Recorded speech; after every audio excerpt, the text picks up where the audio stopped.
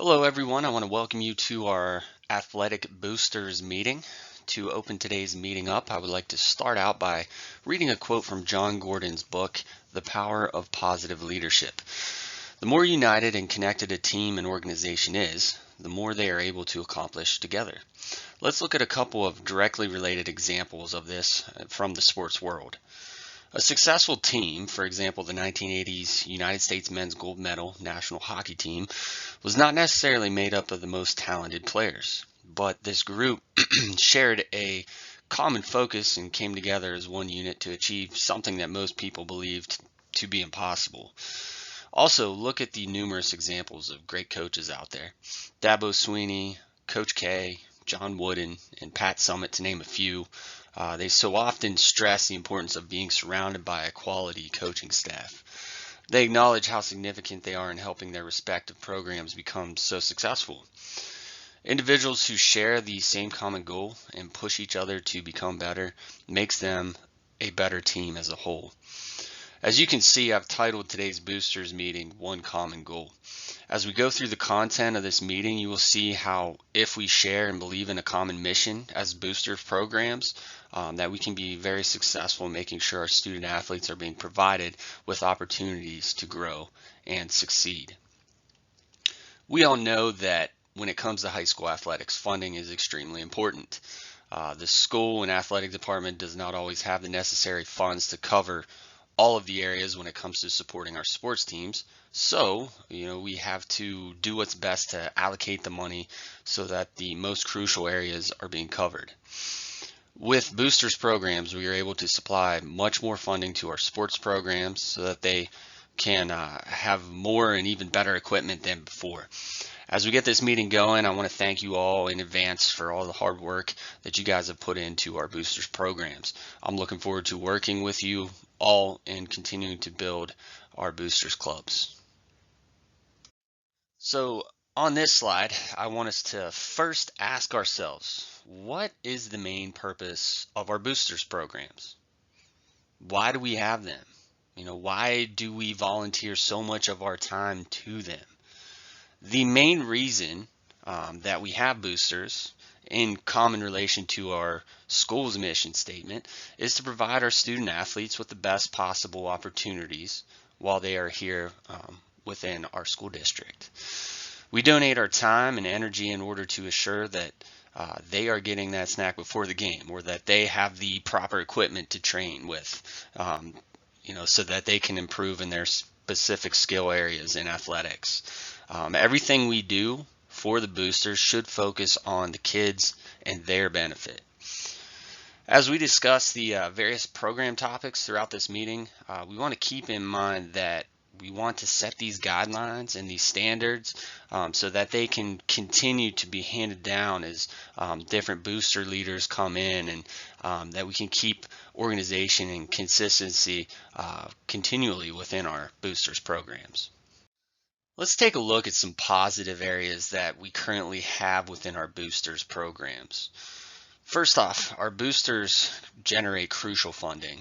As we have discussed, the school district's athletic department does not always have enough funds to provide for every want of every athletic team here within our district. The focus of this funding is to provide the necessities so that the kids first have the opportunity to participate. The boosters, on the other hand, are able to generate significant funding so that some of those extra areas can be covered. This includes maybe new practice equipment, maybe exciting signage or banners, things like team apparel, among other things. Along with being able to purchase, more for our student athletes, the boosters can build a sense of pride and community within the Beaver area. First off, this can be seen within the club and team itself. Having the backing of a booster club for your program is a great feeling for a coach and the team. They know that they have someone behind them that wants to keep them in the mode to succeed, and will help provide them with the equipment that helps make that possible. Also, boosters can generate excitement throughout the community. Selling quality apparel to community members can really go a long way. A community member comes to the game and decides to purchase a hoodie, for example. Well, the next day, people see that member walking around town, representing their new Beaver Bobcats hoodie, and they may become interested in it and what it stands for. So boosters is a huge part in building the brand that we want to start and continue here. Another area that boosters can promote is sponsorship. Local businesses get excited about being able to sponsor the local high school teams. They like to have their logo, at school sporting events that draw in people from the community. And a lot of times these businesses, they have friends or even family members that participate, which makes them even more excited to support. So as we have discussed here, there's a great opportunity to promote school pride and community building through our boosters programs. Now let's discuss some areas within the boosters that are some of the downsides. One downside within the current booster program is that not all teams have them. While every team has the option to have a boosters club, not all teams do. This is frustrating when you see the baseball team who has a boosters program in place and they're receiving new gear and pullovers, things like practice gear, and the soccer team is not receiving that type of gear because they do not gather enough funding for it. Again, the school athletic department will provide the soccer team with things like new practice and game balls and new goal nets if needed. But practice gear itself is not something that would meet the absolute needs list for the program. So what could we do about this? Well, there are a couple of options that we will discuss a little later in our presentation that include ideas such as combining team boosters, combined sports in the same season boosters, and even requiring each team to have a booster club. A second area that can be an issue within our booster program is that of dissension among club members and the members involved in the club. The main cause of this would be if our main goal as a club is not focused on helping our kids as a whole group and team. In most cases within our boosters clubs, upperclassmen parents are in charge of the club because they inherit the position from those who graduated the previous year. So what can happen is that these booster club members will oftentimes feel that if they put in the hard work and the time to support the club, that their kids should be receiving benefits from this as well. Whether this is things like media recognition or playing time or, various other things. As booster club members, we do have direct access to the coaches because we are here to help. When the conversation turns from us being here to help to us trying to help our kid get into the game, this can be very frustrating for a coach, other club members, and parents. The next thing you know, we have people arguing and forming various groups, and the common goal that we discuss is no longer the priority. This is not the type of environment, that we want to provide for our student athletes. All conversation with a coach or a booster club, should focus on providing the best opportunity for our student athletes as a team. When we do this, we prevent a culture of dissension from creeping into our team and promote a strong sense of pride and community instead. The next topic I want to look at is what can we do to improve our boosters clubs and what other types of options can we consider to improve it.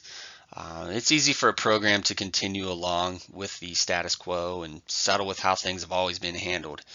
Moving forward, we may actually continue to do something similar, but whether we decide to continue a similar path or to go a completely different direction with our clubs, there's always going to be room for improvement. Like we tell our student athletes, no matter how good they might be playing currently, there's always something that they can get better at. So let's approach this with the same mentality here. Let's look at some areas that we can grow on within our boosters clubs. One area within our booster programs that I want us to be aware of is that of Title IX compliance. Oftentimes, donators or sponsors who contribute to our athletic programs are sending their funds to a specific sports team. Because of this, some teams may have a greater amount of resources and funding than the other teams. Title IX itself does not require a dollar for dollar match for both boys and girls teams, but it does say that the benefits that are provided must be equal. For example, if we accept money from an outside source for a boys team, the school is obligated by law to find a source that will be able to supply the same benefit for a girls sport. If these outside funds result in an inequity between a boys and a girls sport budget, the school then will be required to correct the inequity, even if that means us using our own funding. So this makes communication between booster leaders and the athletic director even more crucial, just to ensure that we are under Title IX compliance. Also, as we have mentioned, all teams in our district are permitted to have a booster program, but not all do. The teams that do not often have much more trouble funding their programs. So let's look at some examples from other school districts that we can consider using to help improve our booster programs. The first example is a whole school booster program, from the elementary through the high school. This would cover all athletics and extracurriculars such as music, art, among other things. It is an interesting concept here. This style of one booster club for everyone can help build a great sense of community and promote an all for one for all type mentality. Maybe we can consider doing something like this with just the high school even. Another example would be a seasonal boosters club. Some schools have what can be considered as a seasonal booster club. All of the fall sports would have one booster club, and all of the spring sports would have their own booster club, and winter sports would be included in one or the other depending on the balance of teams.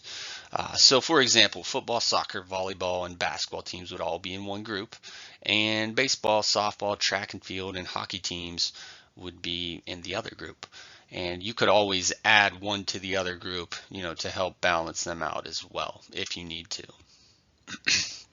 And then the last example I want to use here is that some schools just combine a couple sports for one booster club. For example, maybe football and softball will work together. Football has a tendency to raise a lot of funds, while softball may not.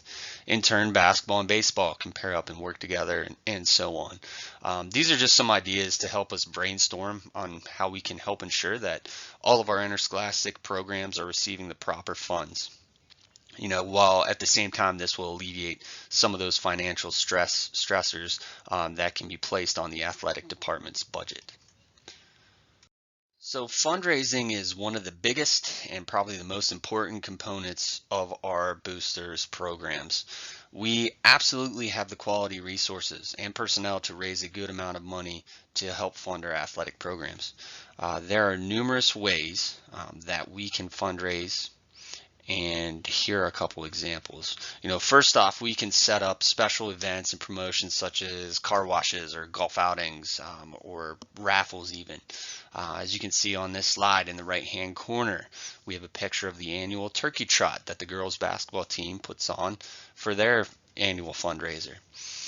Special programs can be set up as well, such as things like Meet the Team Night, where community members are welcome to come meet their local high school athletes. We could do dinners and luncheons and cash bashes. Other areas of fundraising include things such as spirit wear. You have student sales, home product sales, seasonal items, food and concession sales, and as you can see, there are just so many options that you can choose from. As a group, we are always looking to brainstorm and come up with new fundraising ideas to go along with the ones we currently use and the ones that are successful. So it is good to think outside of the box.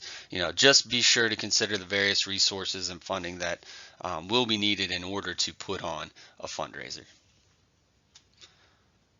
Let's look now at a few simple but important expectations that we have here for those who are involved in working within our boosters programs. First off, communication is so important in any organization. We want to consistently communicate with our local businesses, parents, administration, the community members, and even our alumni. A great way to do this is to develop a monthly, quarterly, or even annual newsletter to send to our current and past supporters just to keep them in the loop. Keep them wanting to support the great things that are going on here within our athletics programs. Also, in some cases, you will be asked to volunteer services, as ticket sellers, ticket takers, maybe a PA announcer one night, a photographer, concession workers, food prep, and even contest workers. Instead of paying workers, these funds can be used elsewhere within the budget to help support our student athletes, which is our main goal here as boosters programs. And then lastly, I just want us to understand that the Boosters Club's job is to help enrich the school's participation in extracurricular activities. As we mentioned, fundraising is one of the top roles of our booster clubs. Whatever it is that we are doing here is to help properly benefit our student athletes first and foremost. The next topic of our meeting here is focusing on member roles. It is extremely important that every member of the Booster Club understands their role. We need quality leaders that are willing to serve in the area that they are asked to for a specific period of time. So let's go ahead and briefly look at the duties of each of the leadership roles within the Booster program. So first off, as the athletic director, I will assist in recruiting booster leaders and give out parameters in which you will be asked to operate within. I'll inform you as to how long you will be asked to serve, 2 to 4 year terms, when meetings are held, and describe other tasks that you will be responsible for as well. So my role as the AD is to give leadership to the club and not to take it away. The elected club leaders are in charge of it. As an AD, I'm just here to confirm and give my stamp of approval on the activities.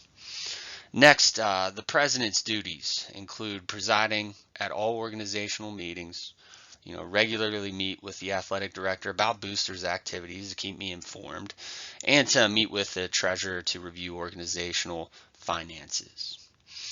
The vice president, their job is to represent the president in his or her absence and perform administrative functions that are delegated by the president.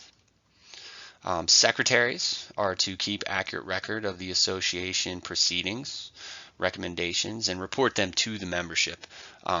They are to continually maintain the record of meeting minutes, membership attendance, record all meeting business transacted, and the committee rules as well. And then lastly here, the treasurer is authorized to care for all of the booster program's finances. The treasurer receives and disperses all the money within the budget. They will update the budget of money received and deposited on a weekly basis, file and maintain all financial documents received, and resolve any financial discrepancies immediately. They will also file sales tax reports and submit records to the audit committee at the end of the year. So as we went over these member roles, just keep in mind that the boosters clubs do not have the authority to direct the duties of a school district employee.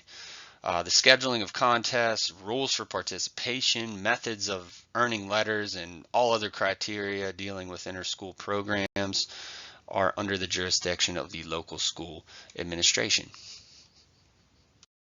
So in conclusion of today's meeting, we want to set up these guidelines so that we can continue to improve upon and use them each year as different booster members come into the program. Remember that participation in interscholastic athletics is a privilege and a great way for our kids to expand their education. As a club, we all need to understand the overall mission that we are here to support these kids in this endeavor. We are here to provide our student athletes with the best opportunities possible in order to promote their overall growth while they are here at Beaver Area School District. Your support and belief in this mission is crucial to the overall success of our boosters programs.